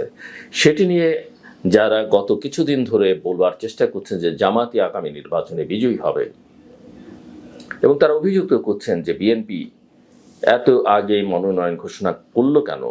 আমি যদিও মনে করি যে এটার কিছু সুবিধার দিক আছে, বেশ কিছু অসুবিধার দিকও আছে, এবং তারা যথাযথ হিসেব নিকেশ করে দেখাবার চেষ্টা করছেন যে অতীতের নির্বাচনের কতদিন আগে আসলে বিএনপি বা আওয়ামী লীগের মতো দলগুলো তাদের প্রার্থী তালিকা ঘোষণা করেছিল 30 দিন, 38 দিন, 40 দিন, 25 দিন আগে। এবার তারা এত আগে করে আসলে কি অর্জন করতে চাইছে, এটা তাদের জন্য বুমেরাং হবে, এটা তারা বলবার চেষ্টা করছেন। কিন্তু তারা কখনোই সমালোচনা করেন না যারা মনে করেন যে জামাতই জিতবে। জামাত যারা 6 মাস আগে প্রার্থীতা ঘোষণা করেছে, তাদের প্রার্থীদের প্রচারণা যে রঙিন রঙিন পোস্টারে সারা দেশ ছেয়ে আছে, সেই সমালোচনা কিন্তু তারা করেন না। বিএনপির বেলায় এটা আপত্তি, হয়তো আওয়ামী লীগ থাকলেও এই আপত্তিটা তাদের শুনতে হতো, তারা যদি এটা করতো। এনিওয়ে, সেটি আমার বিষয় নেই। বিষয় হচ্ছে যে এই যে বিএনপি যে আসনগুলো খালি রাখলো, সেটা মোটামুটি আলোচনার মধ্যে আছে যে তারা তাদের শরিকদের জন্য রেখেছে, এবং নতুন আরপি অনুযায়ী আমরা জানি যে এই শরিকদের যার যার নিজ প্রতীকে নির্বাচন করতে হবে। এখানেই সমস্যা, এবং এখানে একটা সত্যিকারের সমস্যা হতে পারে। নির্বাচন যদি ফ্রি ফেয়ার হয়, বাংলাদেশের মানুষ আসলে প্রতীক চেনে 3-4টে: ধানের শীষ, নৌকা, লাঙল, দাড়িপাল্লা, কোথাও কোথাও হয়তো হাত পাখা, কোথাও কোথাও কখনো হয়তো মশাল। এর বাইরে কোনো প্রতীক মানুষ চেনে না। হ্যাঁ, আমরা বলতে পারি একটা জাতীয় ঐক্য করা দরকার, সব মত পথের মানুষ সংসদে থাকা দরকার, বিএনপির সঙ্গে এরা এতদিন আন্দোলন করলো, এদেরকে বিএনপির সুযোগ দেওয়া দরকার, এদেরকে জায়গা করে দেওয়া দরকার, কথা আমরা বলতেই পারি। কিন্তু বিশ্বাস করেন, এটা হচ্ছে আমাদের মতো তথাকথিত সুশীলদের কথা, সাধারণ মানুষের কথা এটা নয়। সাধারণ মানুষ এগুলো নিয়ে ভাবেও না। সাধারণ মানুষ চেনে ওই প্রতীক এবং এই প্রতীকই তারা ভোট দেবে। আপনি হয়তো বলতে পারেন প্রতীক কেন, এখানে তো পলিসি ইস্যুজ আছে, অন্যান্য বিষয়কে বিবেচনায় নিতে হবে। এখনো বাংলাদেশের মানুষকে সেই জন্য রাজনৈতিক দলগুলো তৈরি বা প্রস্তুত করতে পারেনি। এবং বিশ্বাস করেন, এই যে যত বড় নেতাই হন না কেন, জাতীয় পত্রপত্রিকায়, টেলিভিশনের পর্দায় তাদের যতই দেখা যাক না কেন, ভোটের বাজারে এগুলোর কোনো মূল্য নেই। এর আগেও দেখেন না, আমাদের বড় বড় নেতা অনেকেই জেলে আছেন, অনেকে পালিয়ে আছেন, ছোট ছোট দলের, তাদের কোনো ভোট ছিল না। দয়া করে শেখ হাসিনা বা খালেদা জিয়া তাদের নমিনেশন দিলে তারা বিজয়ী হতেন, না হলে হতেন না। এবং হয়েও যে তারা দেশের খুব কল্যাণ করেছেন, করেননি। কিন্তু আমরা দেশে, উইথ ডিউ রেসপেক্ট, তারা দুজনই আমার অত্যন্ত শ্রদ্ধেয়, ঘনিষ্ঠ, কিন্তু বলতে আমি বাধ্য হচ্ছি যে আমরা দেশে আরেকটা রাশেদ খান মেনন, হাসানুল হক ইনু দেখতে চাই না। আমাদের দরকার নেই আসলে। তারা অনেক বড় নেতা ছিলেন ছোট দলের, একটা সময় পর্যন্ত মানুষ তাদের রেসপেক্ট করেছে, কিন্তু ক্ষমতার স্বাদ পেয়ে তারা এমন কতগুলো কর্মকাণ্ড করেছেন যেগুলো আসলে দেশকে শেষ পর্যন্ত কিছুই দেয়নি। তাদের নিজেদের দলটাকেও কিছু দেয়নি, দলও শক্তিশালী হয়নি তাদের, রাজনীতিটা বিলীন হয়ে গেছে, নিঃশেষ হয়ে গেছে। কাজে আমি বরাবর মনে করি এই ছোট দলগুলোর গুরুত্ব আছে। বিভিন্ন ইস্যুতে তারা কথা বলেন, রাজপথে থাকেন, টেলিভিশনের টক শোতে কথা বলেন, কিন্তু বট গাছের নিচে ছোট গাছ কোনোদিন জন্মায় না, লতা পাতা গজায়। কাজে এই দলগুলো যদি নিজেদের শক্তিশালী করতে চায়, তারা নিজেরা ছোট ছোট দলগুলো জোটবদ্ধ হোক। এই দলগুলো যদি নিজেদের শক্তিশালী করতে চায়, তারা নিজেদের রাজনীতিটা মানুষের সামনে হাজির করুক। এখন বড় দল করতে পারে যারা তাদের সঙ্গে একসঙ্গে আন্দোলন করেছে, সংগ্রাম করেছে।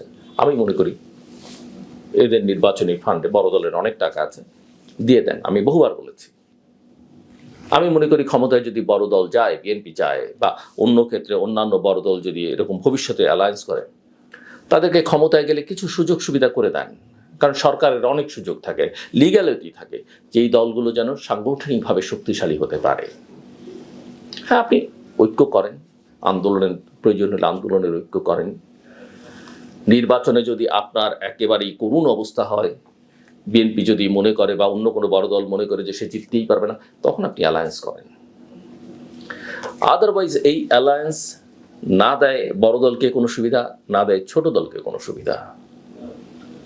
সো আমি মনে করি যে এটা একটা ভুল সিদ্ধান্ত। এবং আমি একেবারে স্পষ্ট, আমি যেহেতু রাজনীতির ছাত্র, রাজনীতি নিয়েই কাজ করি, আমি দেখি যে এই নিজস্ব প্রতীকে বিএনপি যে কয়টি আসন ছাড়বে তার শরীরদের 2-1টা বাদে সব আসন তারা হারাবে, যে যত বড় নেতাই হন না কেন। বিএনপির ওই সব আসনের যে নেতারা এতদিন লড়াই করেছেন, সংগ্রাম করেছেন, জেল খেটেছেন, ত্যাগ করেছেন, এটা তাদের সঙ্গে অন্যায়। বাদ দিলাম তারা নেতা দলের স্বার্থে, জাতির স্বার্থে, এখানে দল জাতির কোনো স্বার্থ এখন আর নেই, মেনে নিলাম নৈতিক কারণে বা কমিটমেন্টের কারণে হয়তো তারা ত্যাগ স্বীকার করলে। যে নেতা কর্মীরা সমর্থকটা ওই দলের, তাদেরকে আপনি কিভাবে বঞ্চিত করবেন? তারা তো ওই আরেক দলের, ছোট দলের বা অন্য দলের নেতার প্রতি তার কোনো শ্রদ্ধা নেই, সে ওই রাজনীতিকে সমর্থন করে না। আমি ছোটদের ছোট বলছি না, মানে ছোট করছি না, আমি বাস্তবতাটা তুলে ধরছি। তারপরে কোথাও এমনিতেই কিছু আসন, সব আসনে তো জেতা সম্ভব হবে না। যে 237টি আসন বিএনপির মধ্যে প্রার্থিতা ঘোষণা করেছে, তার মধ্যে কিছু আসনে তারা এমনিতেই হারবে, কিছু জায়গায় তাদের ভোটও সেই অর্থে নেই, এবং কিছু জায়গায় তাদের প্রতিপক্ষরাও শক্তিশালী। সব অঙ্ক মেলালে কিন্তু স্বাভাবিক ভালো ভোটেও কিন্তু এই শরিকদের সিট দিতে গিয়ে বিএনপি একটা ঝামেলার মধ্যে পড়বে। হয়তো জিতবে, হয়তো কিছুটা বেশি আসন পেয়ে জিতবে, অবশ্যই শর্ত সাপেক্ষ, যেটা আমি মনে করি না সেই শর্ত পূরিত হবে বা পূরিত হবার পরিবেশ এখনো তৈরি হয়েছে, সেটা হচ্ছে যেটা নিরপেক্ষ নির্বাচন, অবাধ সুষ্ঠু নিরপেক্ষ নির্বাচন। সেটা হলে কিন্তু এই জোটের রাজনীতি, আবার ওদিকে এনসিপি শোনা যাচ্ছে তারা মন্ত্রিত্ব চাইছে, তারা আসন চাইছে, আবার তারা জোরের সঙ্গে বলছে আমরা কারো দয়া দাক্ষিণ্য চাই না। আবার শোনা যাচ্ছে সরকারের বিধান এবং সরকারের কোনো কোনো উপদেষ্টা তাদের হয়ে তদবিরও করছেন বিএনপির সঙ্গে। মানুষ তো খুব বোকা না, মানুষ গত 1-1.5 বছরে শুনেছে যে এনসিপি নেতারা বিএনপি সম্পর্কে কি বলেছেন। বড় বড় নেতারা উদার হয়ে সেটা ভুলে যেতে পারেন, কর্মীরা কি সেটা ভুলেছে? একদমই না। আর এনসিপিরও এতে কোনো আসলে লাভ হবে না। এনসিপি যদি এখন পর্যন্ত তার রেজিস্ট্রেশন হয়নি, দলটা নিবন্ধিত না, এখন পর্যন্ত নিজের একটা ভালো রাজনীতির কথা, কি রাজনীতি তারা করবে সেটা পরিষ্কার করতে পারেনি। সেটা পরিষ্কার করতে পারলে সকালবেলা বিএনপির সঙ্গে, বিকেলবেলা জামাতের সঙ্গে তারা আলোচনা করতো না। হ্যাঁ, জুলাই অভ্যুত্থানে তাদের ভূমিকা আছে, অবদান আছে, কিন্তু ইতিমধ্যেই তারা বেশ কিছু ভুল করে ফেলেছে, যেটার জন্য তাদেরকে আরো অনেক কঠিন পথ সামনে পাড়িয়ে দিতে হবে। এবং আমি মনে করি তাদের ঠিকঠাক রাজনীতি করা উচিত, রাজনীতি নিয়ে জনগণের সামনে হাজির হওয়া উচিত এবং সময় নেওয়া উচিত। তারা এই অন্যের পেটের মধ্যে ঢুকে পড়লে কোনোদিনই আর এই দলটা দাঁড় করাতে পারবে না। জামায়াতের সঙ্গে আন্ডারস্ট্যান্ডিং এর কথা শোনা যায়, বিএনপির কেউ কেউ আলোচনা করছেন। জামাত এই বিষয়ে উৎসাহী আমরা সবাই জানি, কিন্তু এরকম কোনো আন্ডারস্ট্যান্ডিং যদি বিএনপি করে সেটা বিএনপির জন্য দীর্ঘমেয়াদে তো বটেই, নিকট ভবিষ্যতেও ক্ষতিকর হবে। বিএনপি বাংলাদেশে ইতিমধ্যেই একটা আবহ তৈরি করতে পেরেছে যে তারা যেহেতু মুক্তিযোদ্ধার দল, প্রকৃত অর্থেই তারা বাংলাদেশের স্বাধীনতার সার্বভৌমত্ব প্রতি অঙ্গীকারবদ্ধ, তারা মুক্তিযুদ্ধ প্রতি শ্রদ্ধাশীল, সেই চেতনাকে তারা ধারণ করে এবং কোনোভাবেই বাংলাদেশের মুক্তিযুদ্ধ 1971-কে তারা আন্ডারমাইন করে না, করবে না, এবং সেই চেতনাকে তারা রিয়েল চেতনাকে ধারণ করে। এবং তারা বাংলাদেশে না ফার লেফট, না ফার রাইট, না centre right or centre left সেরকম পলিটিক্স তারা করবে না, করছে না এখনো পর্যন্ত। তারা একটা সেন্ট্রিস্ট পলিটিক্স করতে চায়, মধ্যপন্থা, একটা liberal political Democratic political party. এবং বিএনপি এই ধারাটা ধরে রাখতে পারলে ভবিষ্যৎটা আসলে বিএনপির সামনে হয়তো কখনো কখনো পথ চলাটা ঝুঁকিপূর্ণ মনে হবে, কিন্তু এই জায়গাটাতে বিএনপি সকল মহলের সকল শ্রেণীর সমর্থন পাবে। আমার কথা শুনলে মনে হতে পারে আমি বোধহয় বিএনপির সমর্থক, একদমই না। আপনারা যদি আমাকে ফলো করেন, আমি যথেষ্ট ক্রিটিক্যাল তাদের ব্যাপারে, ভবিষ্যতে করতে চাই। কিন্তু আমি এই কথা বহুবার বলেছি, যখন আওয়ামী লীগ অনুপস্থিত, যখন বেশ কটি রাজনৈতিক দলকে নিষ্ক্রিয় করে ফেলা হয়েছে, যখন মাঠে শুধুমাত্র বিএনপি আর জামাত আর ছোট ছোট কিছু বামরা ডান ঘরানা রাজনৈতিক দল, তখন দেশের স্বার্থে মন্দের ভালোকে সেটা আমাকে বিবেচনা করতে হবে। এবং সেই জায়গাটায় বিশেষ করে বিএনপির নেতা যেহেতু তারেক রহমান অন্যদের চেয়ে তুলনামূলক বয়স কম, পশ্চিমে আবহাওয়ায় দীর্ঘদিন কাটিয়েছেন, যেখানে গণতন্ত্রের মূল্যবোধগুলো অনেক বেশি শক্তিশালী, এবং ইতিমধ্যেই তার কথাবার্তা কিছু কর্মসূচিতে প্রমাণিত হয়েছে তিনি দেশটাতে পরিবর্তন চান। আমরা একটা সুযোগ দিয়ে দেখতে পারি। নিঃসন্দেহে তিনি ভুল করলে, অন্যায় করলে আমরা তার বিরুদ্ধেও, তার সরকারের বিরুদ্ধেও বা তার দলের বিরুদ্ধে সরব এবং সজাগ থাকবো। যদি সেরকমটা কখনো না করি, আপনারা আমাদেরকে প্রশ্ন তুলবেন, আমাকে নিয়ে প্রশ্ন তুলবেন, কিন্তু এটা আমাদের ভালো। কিন্তু তারপরে আমি বলে রাখি, আমি যেহেতু অতীত বহুবার বলেছি যে আমি কখনো রাজনীতি করব না, কোনো সরকারের সঙ্গে ব্যবসা করব না, সরকারের কাজ করব না, সরকারি পদে যাব না, কখনোই না, কোনো অবস্থাতেই না। এবং আমি যতদিন সাংবাদিকতা পেশার সঙ্গে থাকবো, এর বাইরেও আমার অন্য পেশা আছে, আমি ততদিন পর্যন্ত নিজে ভোটও দেব না। কাজে আমার ভোট কোনো দলের পক্ষে যাবে না, বিএনপির পক্ষেও যাবে না, এটুকু আপনাদেরকে আমি সততার সঙ্গে বলতে পারি। কিন্তু একজন অ্যানালিস্ট হিসেবে আমার যেটা বলা দরকার আমি মনে করি সেটাই আমি বলছি। কোনো দলের প্রতি আমার বিরাগ নেই। কোনো দল ভালো করলে আমি তার পক্ষে বলবো, খারাপ করলে আমি তার বিপক্ষে বলবো। যেমন জামায়াতের উপরে যে অবিচার হয়েছে শেখ হাসিনা সরকার করেছে, সে সময় সেটার আমরা সমালোচনা করেছি। আবার আওয়ামী লীগের নেতাকর্মীদের সঙ্গেও গণহারে যেটা হচ্ছে বা তার রাজনীতিকে নিষিদ্ধ করবার যে প্রক্রিয়া, সেটারও সমালোচনা করেছি। এবং আমি মনে করি সবাইকে নির্বাচনের সুযোগ দেওয়া উচিত, মানুষের উপর আস্থা রাখা দরকার এবং মানুষকে সুযোগ দেওয়া দরকার তার মত প্রকাশের। মানুষকে ডিসাইড করতে দেওয়া উচিত সে কাকে চায়, সে কাকে প্রত্যাখ্যান করবে। অভ্যুত্থানের মধ্য দিয়ে একবার প্রত্যাখ্যান করা হয়েছে, আসুন আনুষ্ঠানিকভাবে ভোটের মধ্য দিয়ে তারা তারা বাকওয়াজ বক্তৃতা মারা একে অন্যের বিরুদ্ধে। এই ক্ষেত্রে এই বাকওয়াজ বক্তৃতায় জামাত ইসলাম এগিয়ে আছে বলতে হবে, কারণ তারাই বেশি আক্রমণ করছে এবং তারা রাজপথে নেমে গেছে। বিএনপি এখনো রাজপথে নামে নাই, বিএনপির ভাষা এখনো সংযত আছে। বিএনপি আজকেও বলছে, মির্জা ফখরুল বলছেন যে গণতন্ত্রকে আবারও ধ্বংস করার চক্রান্ত চলছে। আজকে 7ই নভেম্বরের অনুষ্ঠানে তারা এটা বলেছেন, উনি মির্জা ফখরুল সাহেব কিছুক্ষণ আগে। সো এখন তাহলে তাহলে এটার সমাধান কি? সমাধান তাদেরকে করতে হবে। তারা একটা যৌক্তিক কারণ দেখাতে হবে। তারা এই যে এই আন্দোলনগুলো করছে, তারা পিআর এর দাবি তুলেছিল, ঠিক আছে, পিআর এর দাবি তুলছেন, আপনারা উচ্চ কক্ষের ব্যাপারে হা ছিল, সেটা কিভাবে কমপ্লিট করবেন সেটা বলেন। এখন নিম্ন কক্ষেও চাচ্ছে, তার মানে এরা প্রতিদিন একটা না একটা ইস্যু তৈরি করতে চাচ্ছে। সোজা আঙ্গুলে ঘি না উঠলে আঙ্গুল বাঁকা করবে এবং তাদের ঘি দরকার। তো ঘি যখন দরকার তখন এত ইলেকশনের দরকার কি? আপনারা এই ঘি নিজেরা এত জিনিসটা কি? ক্ষমতা। হ্যাঁ, এই ঘি জিনিসটা কি? ঘি জিনিসটা ওই যে দাবিগুলো 5 দফা, এই যে মানে পিয়ার ঘি দিতে না, হবে নিম্নকক্ষ, ওইটাই তারপরে ঘি না? আপনার রেফারেন্ডাম দিতে হবে।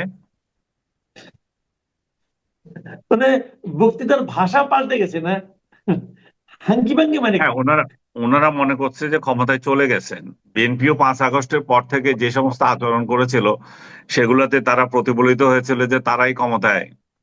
এখন জামাতে ইসলাম দীর্ঘদিন আহ সামলিয়ে আসছে, আহ, প্রশাসন দখল করা, তারপরে বিশ্ববিদ্যালয়গুলো দখল করা, এই কাজগুলো এখন তাদের অলমোস্ট সমাধানের পথে। এই অবস্থায় তাদের ক্ষমতা যাওয়ার পথে বাধা, এবং ক্ষমতায় যাওয়ার পথে বাধা তো হচ্ছে বিএনপি। যদি আহ, মানে একটা সুষ্ঠু নির্বাচন হয়, আওয়ামী লীগের অনুপস্থিতিতে বিএনপি কে হয়তো মানুষ ভোট দেবে, কিন্তু তারা হয়তো চাচ্ছে না যে বিএনপি কে কেন দেবে, এবং এই কাওয়াজ লাগিয়ে যদি এটা আরো পিছানো যায়। বিশেষ করে আমি বারবার বলছি একটা কথা, যে আপনার এই গণভোট যে বিষয়টা, সেটা কেন ইলেকশনের আগে হবে, সেটা জাতি কিন্তু কনভিন্স হতে পারছে না। ইলেকশনের আগে মিন সংসদ নির্বাচনের আগে হবে। সংসদ নির্বাচনের আগে সময়টা কোথায়, আর কেনই বা হতে হবে এত কোটি কোটি টাকা শ্রাদ্ধ করে? তাহলে সেটা কিন্তু জামাতে ইসলাম বা আদার্স দিতে পারে না। তারা বলে যে লেজিটিমেসি দরকার। সংসদ নির্বাচন যখন হয়ে যায়, তার থেকে বড় লেজিটিমেসি কে দিতে পারে? সংসদে তো হয়ে যাবে। আচ্ছা, একটা কথা আমি আপনাকে একটু স্মরণ করে দিই। এই যে আপনি বললেন যে কোটি কোটি টাকা ব্যয়ে আগে কেন নির্বাচন হবে, জামাত কিন্তু একটা চমৎকার যুক্তি দিয়েছে। জামাতের হ্যাঁ, যুক্তিটা হলো যে প্রতিদিন নাকি যে টাকা চাঁদাবাজি হয়, সেই একদিনের চাঁদাবাজির টাকা দিয়ে নাকি একটা গণভোট করা সম্ভব। তো যদি একদিনের চাঁদাবাজি দিয়ে গণভোট করা সম্ভব হয়, আমার প্রশ্ন হচ্ছে, যেদিন গণভোট হবে সেই দিন কি চাঁদাবাজি হবে না? এটা কি কথা না, বুঝলাম না। একদিনের চাঁদাবাজি দিয়ে যদি গণভোট হইতে পারে, তাহলে চাঁদাবাজিটা ওনারা বন্ধ করে দিক না। আমরা তো চাঁদাবাজি বন্ধ করার জন্যই নির্বাচন চাচ্ছি। যে যান ভাই, আপনারা নিজেরাই চাঁদাবাজির লাইসেন্সটা পান। এখন এখন আপনারা সবাই লাইসেন্স আপনাদের চাঁদাবাজির। তো চাঁদাবাজির লাইসেন্সটা এক দলকে দেন, আমরা তো সেটা চাচ্ছি। মানুষ তো এক দলকে চাঁদা দিতে চায়, 3 দলকে চাঁদা দিয়ে 14 দলকে চাঁদা দিয়ে তো মানুষ ব্যবসা বাণিজ্য করতে পারছে না, টিকতে পারছে না। তো সেটার যা সেই সেই জায়গায় আপনি প্রতিবন্ধকতা সৃষ্টি করছেন কেন? এটা স্পষ্টই, আমি বারবার বলছি, একটাই কারণ। এটা হচ্ছে যে একটা সাংবিধানিক আহ বৈধতা নেওয়া, যে রাইট। একটা একটা গণভোটের মাধ্যমে একটা একটা রায় নেবে। হ্যাঁ, যদি জয়ী হয়, তাহলে বললো যে জনগণ এই সরকারকে যত কর্মকাণ্ড করেছে সেগুলোর বৈধতা দিয়েছে, জুলাই সনদের পক্ষে বৈধতা দিয়েছে, এবং এই সরকার তার মেয়াদ পূর্ণ করুক, আরো আরো আরো কয়েক বছর থাকুক, তারপরে যদি ইলেকশন দেয় এখন কোনো সমস্যা নাই। কারণ আগে সংকট ছিল, সাংবিধানিক সংকট ছিল, বৈধতা নিয়ে কোশ্চেন ছিল, এখন আর বৈধতা নাই, মানুষ তো ভোট দিয়ে দিয়েছে। এবং এই গণভোট যেটা বাংলাদেশের ইতিহাসে যে আগেও 3বার হয়েছিল, জিয়াউর রহমানও এইভাবে বৈধতা নিয়েছিল যখন উনি জেনারেল ছিলেন, এরশাদও এইভাবে বৈধতা নিয়েছিল। তো এই 2বার বৈধতা পেয়েছে। আরেকবার তো খালেদা জিয়া, সেখানে বৈধতার প্রশ্ন আসেনি, সেখানে সংসদ বহাল ছিল। তো সেসব এটা বিশেষ প্রয়োজনে একটা গণভোট করতে হয়েছিল। তারপর এখন এই দুইটা গণভোটের উদাহরণ দিয়ে তারা বলবে যে আমরা তো এখন বৈধতা পেয়েছি, এই সরকারকে আরো লেংদি করতে দিই। আর এই সরকারকে লেংদি করতে দেওয়া মানে হচ্ছে যে বিএনপির বিরুদ্ধে আরো অভিযোগ করা, বিএনপি কে আরো ডাউন করা, এবং দেশের মধ্যে একটা অস্থিতিশীলতা তৈরি করা। ওনারা 11 তারিখ ঢাকায় অচল করে দিতে চাচ্ছেন, এদিকে আওয়ামী লীগ চাচ্ছে যে 13 তারিখ ঢাকা অচল করতে। তারা এর মধ্যে আহ্বান জানিয়েছে তাদের লোকদেরকে ঢাকায় আসার জন্য। তো ঢাকা ঢাকা ঢাকা কেন এত কষ্ট করবে রে ভাই? আপনারা এগুলা অন্য কোথাও যাই করেন না। হ্যাঁ, ঢাকাবাসীর কেন এত কষ্ট সহ্য করতে হবে আপনাদেরকে? রাজপথের এই সমস্ত আন্দোলন, এই সমস্ত হাঙ্গামা, এগুলাতে রক্ষা পাওয়ার জন্যই তো মানুষ চেয়েছিল যে একটা একটা পরিবর্তন, একটা রেজিম চেঞ্জ। এখন রেজিম চেঞ্জ হইতে আপনারা দিচ্ছেন না কেন? চেঞ্জ হওয়ার পরে আরেকটা যে গণতান্ত্রিক উপায়ে একটা সরকার আসবে, সেই জায়গায় আপনারা কেন বাধা দিচ্ছেন বারবার? মানুষ খুবই বিরক্ত এই সমস্ত কর্মকাণ্ড নিয়ে। হয়তো ওনাদের দলীয় দালাল যারা আছে, হয়তো রাজনৈতিক দলের দালাল যারা আছে, তারা এটাতে মজা পেতে পারে, তারা ক্ষমতা ভোগ করছে, কিন্তু সাধারণ মানুষ জর্জরিত। সাধারণ মানুষ তাদের অন্ন, বস্ত্র, শিক্ষা সবকিছু তারা মানে রুদ্ধ হয়ে গেছে, তাদের তাদের দুর্বিষহ জীবনযাত্রা হয়ে গেছে। তারা তাদের আয়ের উৎস কমে গেছে। এই যে তারা কোনো একটা কেউ বিনিয়োগ করছে না, কারণ সবকিছু স্থবির হয়ে আছে একটা নির্বাচনের জন্য। এখন এই নির্বাচন যদি জানুয়ারিতে হয় আরো ভালো। সেই জায়গায় রাজনৈতিক দলগুলো একটা অন্যের উপরে মানে খবরদারি করে কিভাবে কে ক্ষমতায় যাবে সেই চেষ্টা করছে। মানুষের কি আসে যায় জামাত যাক আর বিএনপি যাক, আপনারা যে যান, আপনারা ভোটটা দেন, মানুষ পছন্দ করুক। তো আপনি কি মনে হয় নির্বাচনটা কি মানে আসলে ফেব্রুয়ারিতে হওয়ার ব্যাপারে আপনার কি আশঙ্কা আছে? কোনো না, ওনারা অস্বস্তি? যেভাবে ওনারা যে প্যাঁচ লাগাচ্ছে একটার পর একটা, আশঙ্কা তো আছে ফেব্রুয়ারিতে ইলেকশন হবে কিনা। সরকারের তরফ থেকে একটা দৃঢ়তা ছিল যে আমরা ফেব্রুয়ারিতে ইলেকশন করব, কিন্তু যখন এই ইস্যুটা রাজনৈতিক দলগুলোর উপর ছেড়ে দিল 7 দিনের দিয়ে, তখন তো আর একটা ঢিলে ঢালা শুরু হয়ে গেলো। তখন রাজপথে নেমে গেছে, 5 দফা দাবি শুরু হয়ে গেছে। এখন যে বিষয়গুলো নিয়ে ওনারা 9 মাস ধরে তর্ক করেছেন, বসছেন পাশাপাশি, সেগুলোকে বাদ দিয়ে আবার নতুন নতুন ইস্যু আনছেন। তো তার মানে এত সব ইস্যুর মিনিংটা কি? একটাই মিনিং হচ্ছে যে নির্বাচন পিছিয়ে দেওয়া, নির্বাচনের পরিবেশ নষ্ট করা। এখন এইভাবে যদি চলতে থাকে আইন শৃঙ্খলা তো ঠিক থাকবে না। আর আইন শৃঙ্খলা ঠিক না থাকলে এটা কি ধরনের নির্বাচন হবে?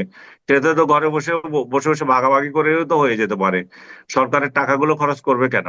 এবং তাতে করে এবং এবং নির্বাচন যদি হয়ে যায়, ডক্টর ইউনূস একটা সেফ এক্সিট পাবে। এখন তাকেও সেফ এক্সিট দিচ্ছে না, তাকে বলছে আপনি থাকেন, আপনার মাথায় কাঁঠাল রেখে আমরা খাবো।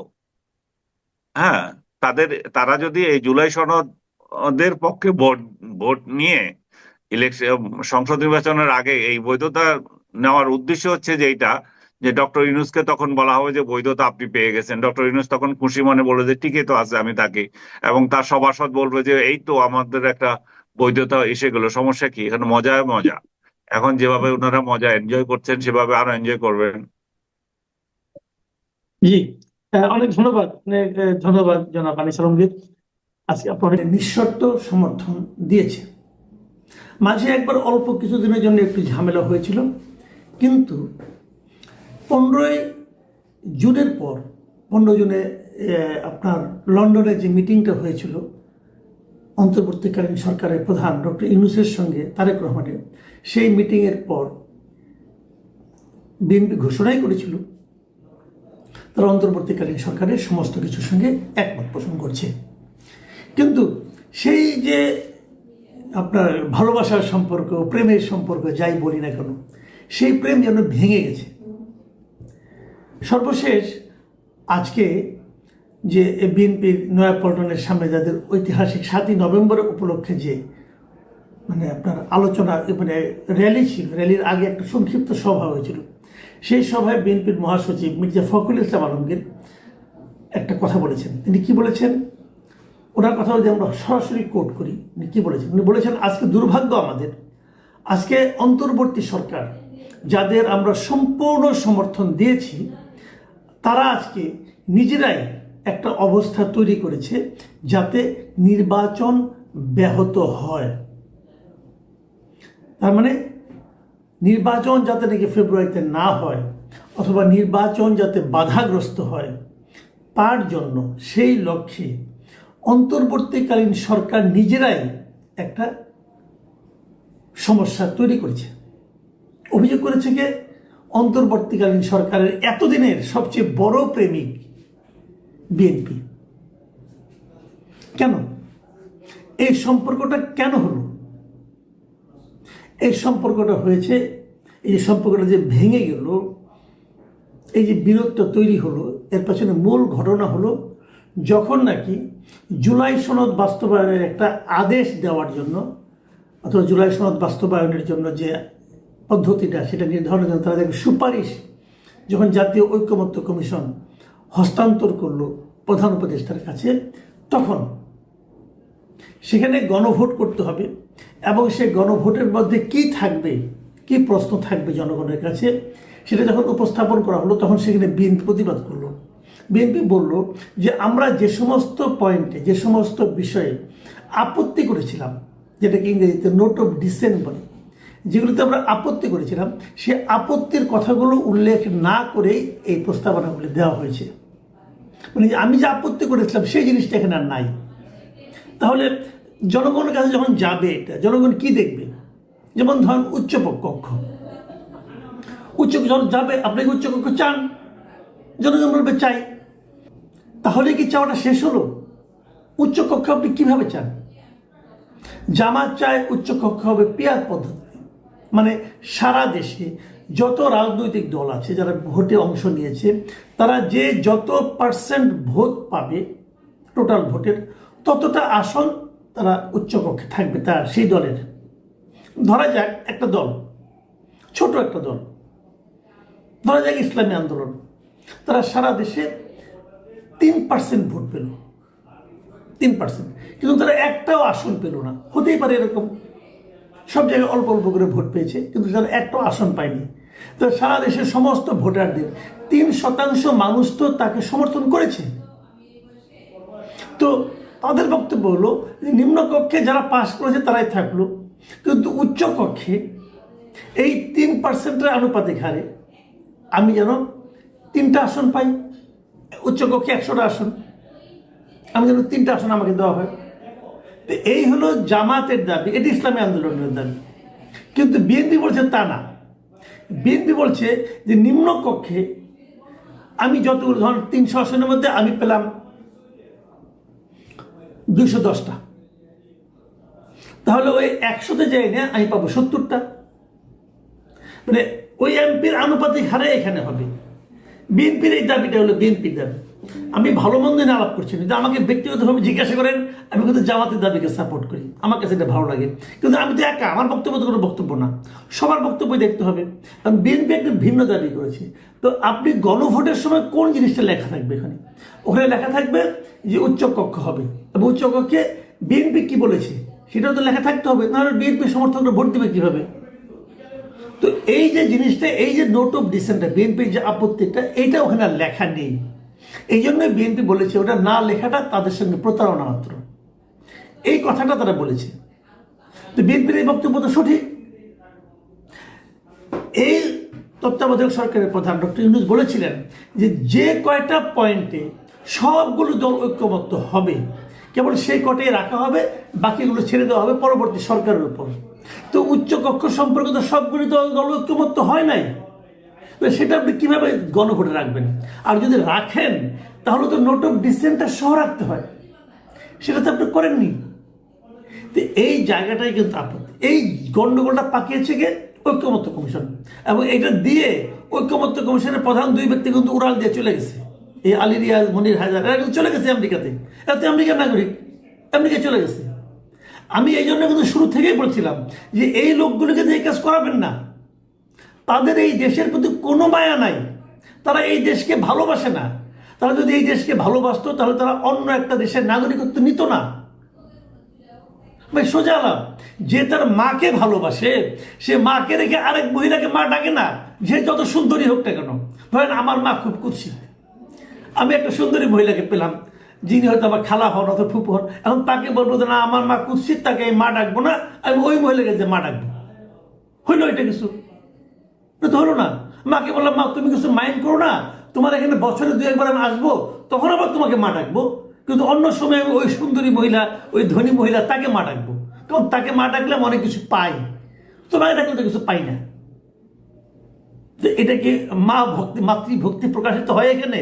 ওদের যে সেই অবস্থা, তারা এই দেশটাকে ভালোবাসে বলে, কিন্তু থাকে না, থাকে আমেরিকায় এবং ওদের নাগরিকত্ব নিয়েছে, ওদের কিছু মাটা কি? তো এই লোকগুলি এই দেশের কি উন্নতি করবে? তারা তো এই দেশকে ভালোই বাসে না, ভালোবাসলে এই দেশকে ফেলে চলে যেতে হয় জায়গায়। যাওয়াটা কিন্তু অন্যায় না, আমি বলছি যাওয়ার নয় না, তারা ওখানে যাবে, মাকে টাকা পাঠাবে, কোনো সমস্যা নাই, কিন্তু আরেক মহিলাকে মা ডাকেন না।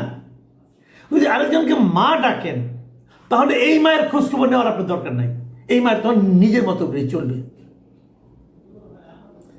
তো এটাই হলো আমার কথা, যে আপনারা যদি বিদেশে থাকেন ভাই, আপনার দেশপ্রেমিক, দেশকে ভালোবাসেন, আমার তাও কোনো আপত্তি নাই। বিদেশের নাগরিকত্ব নেবেন তাও আমার কোনো আপত্তি নাই।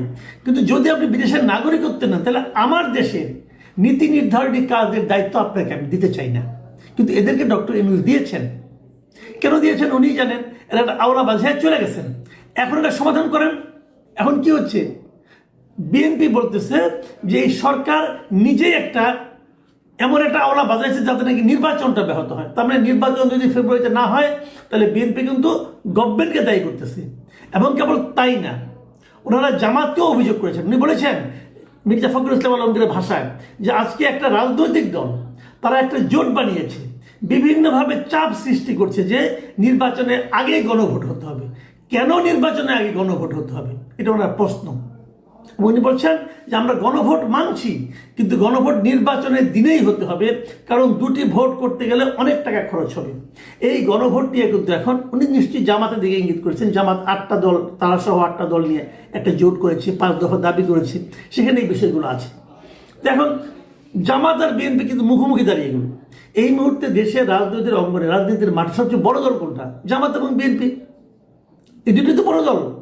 হয়তো বলবেন না এদের মধ্যে শক্তির অনেক তফাৎ হোক বা না হোক, এরা দুইটি সবচেয়ে বড় দল। হয়তো আওয়ামী লীগ নাই, এই দুইটি বড় দল। এখন দুইটা যদি দুই বিপরীত বাড়িতে অবস্থান করে তাহলে আপনি কেমন এক হবেন? কি নিয়ে প্রশ্নটা হচ্ছে, সেই ঐক্যমত্য কমিশনের রিপোর্টটা নিয়ে, যে রিপোর্টটা আলী রিয়াজ তৈরি করে দিয়ে গেছে।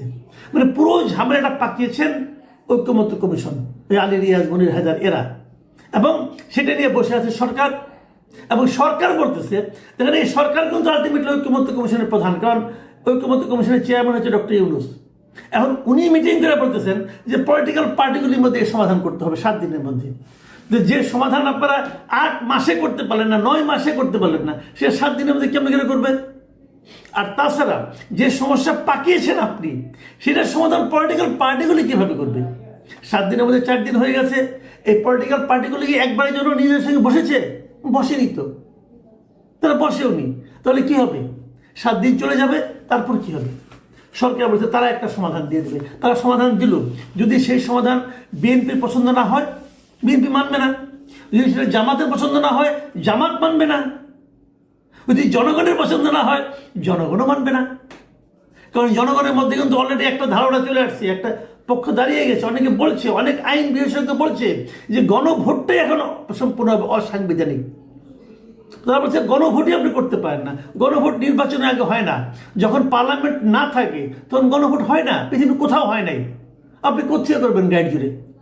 আপনি যদি আজকে করেন, কালকে তো নতুন সংসদে সেটা মানবে না, তাহলে কি লাভ হলো? অনেকে বলেন যে সংবিধান অনুযায়ী কি সব হয়েছে? এই আন্দোলনকে সংবিধান অনুযায়ী হয়েছে? এই হাসিনা কি সংবিধান অনুযায়ী পালিয়েছে? না, পালায় নাই। আপনার কথা সত্য, সংবিধান অনুযায়ী পালায় নাই।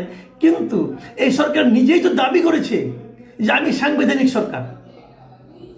এই যে জুলাই ঘোষণাপত্র দিল সংসদ ভবনের সামনে, সরকার নিজেই বলেছে, দেখেন ওটা 20 নম্বর ধারায় বলা হয়েছে যে আমরা একটা সাংবিধানিক সরকার। তা আপনি যদি সাংবিধানিক সরকার হন তাহলে তো আপনাকে সংবিধান মানতে হবে। সংবিধানে কোথায় লেখা আছে রে ভাই যে গণভোট করা যাবে? গণভোটের কোনো অপশনই নাই। তাহলে অনেকে বলে সংবিধানে তো অন্তর্বর্তীকালীন সরকারও নেই। সরকার তখন বলে যে না, আমরা তো সুপ্রিম কোর্টের থেকে একটা ব্যাখ্যা এনেছি, তারা বলেছে এই সরকার চলতে পারে। ঠিক আছে, ব্যাখ্যা এনেছে। তাহলে গণভোটের ব্যাপারে কি সুপ্রিম কোর্টের ফুল বেঞ্চে কোনো ব্যাখ্যা আসছে? তা তো আসে নাই। এখন ওই ব্যাখ্যা নেয় না কেন 106 ধারা অনুযায়ী? এই সমস্ত প্রশ্ন কিন্তু আগামীতে উঠবে, এবং সব মিলিয়ে একটা হসপস পাকায় ফেলেছে। এবং আমি মনে করি সরকারে অনেক জ্ঞানীগুণী লোক আছেন, তারা এটা কেন করছেন আমি জানি না। সব মিলে দেশকে একটা মানে সংঘাতের দিকে যাচ্ছে আমি জানি না। যদি যায় তার জন্য দায় দায়িত্ব কার থাকবে? আমি তো প্রথমত পলিটিক্যাল পার্টিগুলি দেওয়ার চেয়ে সরকারকেই বেশি দেবো। এবং এই জন্য কিন্তু ডক্টর ইউনূস